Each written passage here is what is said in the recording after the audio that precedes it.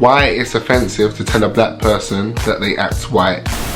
This might sound really offensive, but take it how it is. Like, you would be called a coconut. I had no idea about anything going on in the black culture. Regardless of whether they were growing around white people or not, that's black on black hate. Was you attracted to black people? Okay.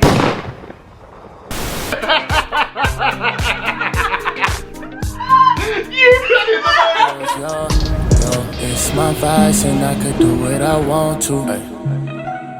I could do what I want.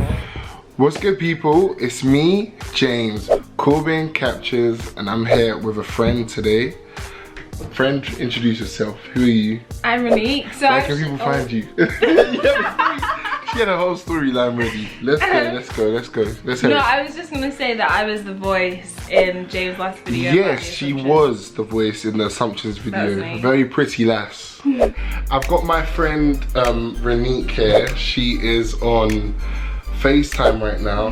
Here she is, lass. Very pretty. Okay, so I'm gonna not talk too much. Let's get straight into it, basically. So I was talking to Renique earlier today. I was like to Renique, with the Black Lives Matter movement, with so many conversations that's been out there, let's start a conversation on, and I know a lot of people can relate to this just by going to uni and meeting people from different cities. So why it's offensive to tell a black person that they act white is what we're going to talk about today. We're going to discuss it. We're going to go off, we're going to talk about our own experiences. First off, I'll start off with saying I grew up in London, South London, Brixton. And you know, I'm used to a lot of ethnic minorities around me. I'm used to a lot of culture, just hearing a lot of people talking their mother language as well. And then Renique, I'll let you speak. Where are you from?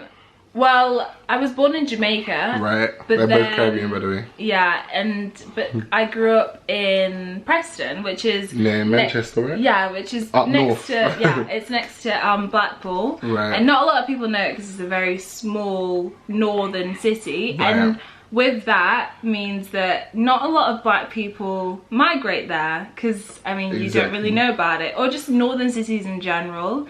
They're just very white populated. And so I just grew up around a lot of white people and my family as well. I moved in with an all white family, so that was my upbringing. So now, cool, bear that in mind, guys. So these are two kind of weird juxtapositions. So I grew up in South London, I guess in an area that's poverty stricken, right? And like, I know where it is to save a penny, what people do to sort of like get by. There's little tricks, you know what I mean? Stuff that can't be taught. If you know what I mean, you know what I mean. Renique knows what I mean because she's been around me a lot. She knows. She's learnt the ways.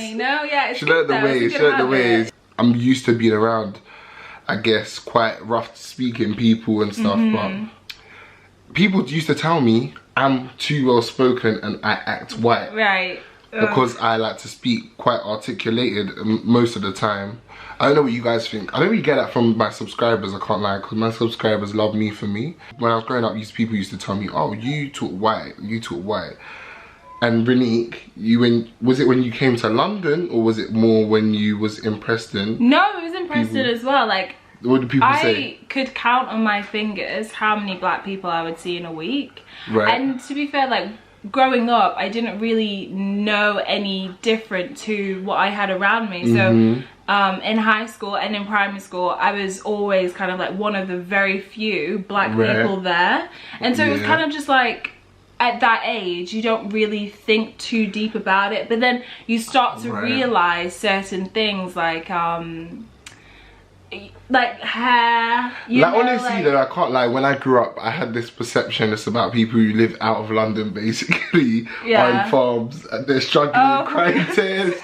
Because you know when you walk in Brixton Market and you're just thinking, how can a black person not be here? Do you know what I mean? Yeah. How can they not be able to experience this? Imagine us being stuck, I guess, in an uncultured, a culture that's not their culture as much. I don't know, and it was different. It's like, oh my God, I could never live out of London. But now I've grown up and met people, especially in uni, and just seeing people from different cities come, and then when they get to see black people, and like especially when I see the transformation with girls, normally, not to be rude, yeah, but the girl, like a black girl from like a city that is quite I guess white populated, she comes and like in uni and like her hair won't be up to tack sort of thing. She don't have to do like black hair things, yeah, sure, and stuff. And I love to see the transformation personally of like her getting into her culture, just being around people who is into their culture, and like just hearing their lingo change a bit, and so obviously I don't want you to lose the fact you're from whatever city you are. That's who you are. Do you know what I mean?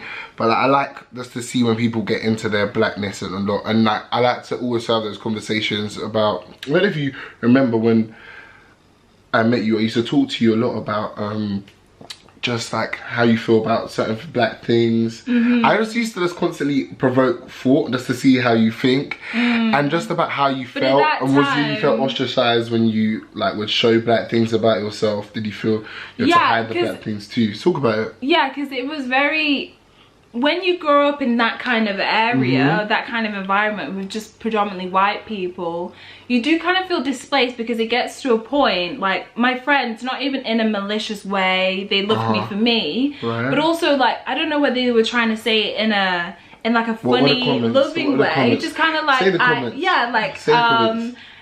this might sound really offensive, but take it how it is, like you would be called a coconut, if you know what that means. Oh, we call it Oreos in London. See what I mean? Right. So even got different words for things. Yeah, so it'd be like you're black on the outside but white on the inside. But they might think that that's coming from a loving place, but also it's rude, it's offensive to you, right? What does that mean? Like, I'm just acting the way that my environment has allowed me to act. So does that mean because I speak this certain way, that means that I'm not black because I don't talk ghetto? And like, that's what it is, right? That's my thing. Exactly. My thing is, I think it's better to take the approach as, if you want that person to be in touch with their black culture and you feel that it's not there like that, then have those conversations with them where you are introducing them to things. Do you know what I mean? I prefer to almost educate and see what you can learn from that person, what you can learn from them, because at the end of the day, regardless of whether they were growing around white people or not, that's black on black hate. Do you get it? It's black on black hate. Yeah. For you to go to a person and make them feel bad about themselves because of the environment they grew up in. Yeah. Something that they can't necessarily help. So it's better like to teach your friends. Like when I see this, the transformation, like just a little mannerism, just little things. And you're still yourself. Do you know what I mean? I just like when black people really know, because our culture is so strong, it's so powerful, we represent so much. And it's sad because when I was living in Preston, like I had no idea about anything going on in the black culture, like no clue, because I was living with a white family. I wouldn't manage it. But that's all that I knew. So then when I came to London, when I came back to live with my actual blood family, and then of course like immersed myself in like my work and then college as well, and like meeting so many black people, this to me was like, oh my gosh, there's so many. But at the same time, the progression of Renique. Yeah, like my accent was completely different, because I would have to talk less northern for people to understand me. But now that like I just naturally speak this way. But yeah, and like I kind of felt displaced still, because it was like everyone was talking about something that could have been happening, like even the music and things like that. It's like you're not, did you listen to more what quote unquote not white music, but I guess like mainstream white music, but mainstream like music at the time. But more like indie stuff. This is stuff that like I grew up around my friends, and like we would listen to it, or like indie. And, I don't feel like you necessarily have to lose that. Do you know what I mean? To be black. I still like I feel that's fine, by the way. Because some of you guys, like you guys will be listening to your own sort of music at home and around your friends, you gotta hide. That's not what we're talking about here. The people that are suppressed who they are because they want to appear like something, that's not what we're talking about.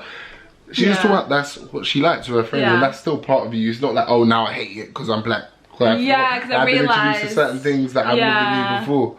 But now it's like coming here, yeah, straight away I kind of felt displaced, because I couldn't really connect with black people in that way, which sounds crazy like saying it, but I also, like, white people weren't coming to claim me either, like obviously. Was you attracted to black people?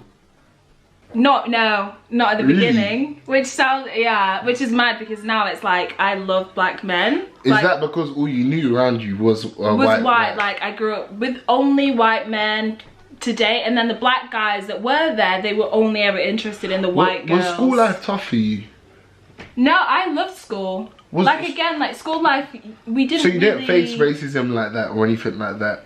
No, I was very, very thankful that it wasn't really like that. It only really came like very apparent when it came to dating. Like we got a bit older, and it was like all the guys kind of wanted to move towards the to the white girls, like even the black guys. You start to feel it like, raw. Yeah, it's like, you know what? I'm not bad looking, but why is he still going for her like all the time? Like why is he going for all these other girls and not? And on top of it, the black boys weren't.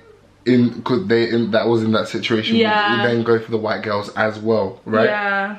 So yeah, Nuts. but then when I came here, and then yeah, it opened your eyes. Like living in London is completely, yeah, it's changed me. Right? London's international. I keep saying it really is. It's a different thing. It doesn't it's a big part of England, of course, but like it's international.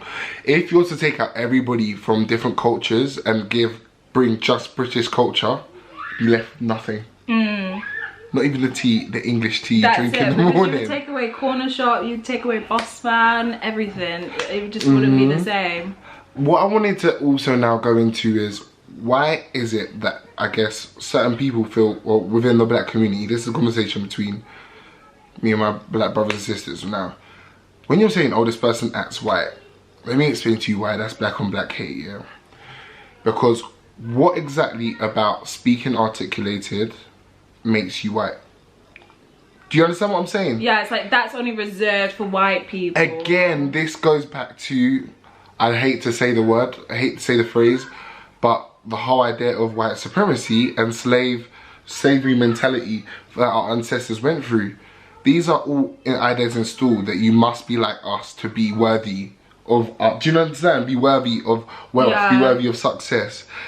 And it's like, for you to say somebody's speaking well and that means they're acting white, it's like you're only portraying yourself in the worst way. Do you understand what I mean? It's not an insult to that other black person, it's an insult to yourself, because it's like you're betraying yourself. Like, what do you mean you're acting white? Do you know what I mean? Yeah. It's like, that's just if you're black, you're expected to act, to talk, to dress. Me personally, I feel like I got a balance. Like, I feel like when I'm around like my peoples, I talk a different way, and then when I'm in my workplace, I'm able to talk a different way. But isn't that and I'm able though? to adapt to any environment, and I do naturally, which is weird though. Yeah, it's weird, like when you think about it, I know it's gone around a lot on social media, it's like going into work, going for an interview, do you feel like you could wear your natural nappy hair? Like girls wearing their natural hair, a lot of the time going into interview for me, it was like, okay, which wig shall I wear? I better even for me as a male, neat. Yeah, I'm like, I think I need a low cut. I think I need like a low cut. So it's not too high tops a bit. Obviously high top is childish, but like if I wear high top, is just a bit too much going on. Like, do you know what I mean? On TV as well, I was saying this earlier, I've not seen a black woman on TV until recently that shows the braids or the plaits under the cameras under the wig, until the How to Get Away with Murder, without it being used in a weird way, like, just to be used as a normal characteristic. The person's waking up in the morning, getting ready for work, and the wig's not mysteriously on their head and the pillow, because that's not realistic and stuff. I just feel like with stuff like that, putting that on TV, putting that in media, putting that in people's minds, it just, I wish there was like a day that black people did like a month where all black men and women wear their natural hair out or something like that. That would be so lit. There's so many things we can do with stuff that is natural to us, and I just want all of us to embrace that and not or just even project like negatively onto people. Not feeling as if natural hair is, I mean, this is obviously very off topic, but natural hair is just like unprofessional, or not ready to go, like I mean, I'm wearing a wig right now, but I can whip it off and I've got a shaved head underneath, but sometimes I like to change it. Should I? Okay, so that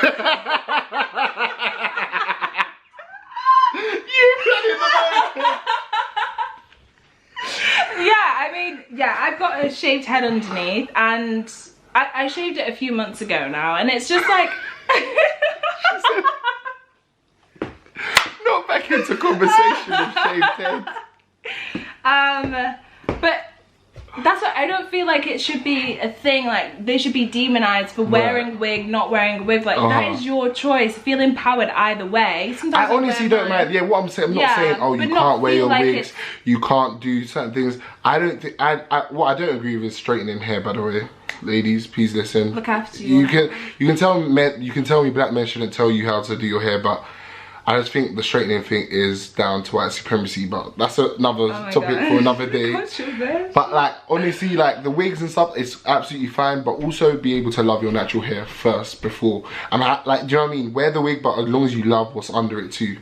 Yeah, that's the rule. 100%. That's the rule for me. I feel like it's a conversation, isn't it? Yeah. So what do you guys think? You guys can comment below. Let us know what you think. Let me know what you think of beautiful Renique here. Follow her on her socials, RenequeSamuels. Yeah. Follow me on my socials, Corbin Captures. It will all be in the description box below. And yeah, bye from us, I guess. Peace out, guys. Bye. This for my bros, yo. It's my vice and I could do what I want to. I could do what I want to.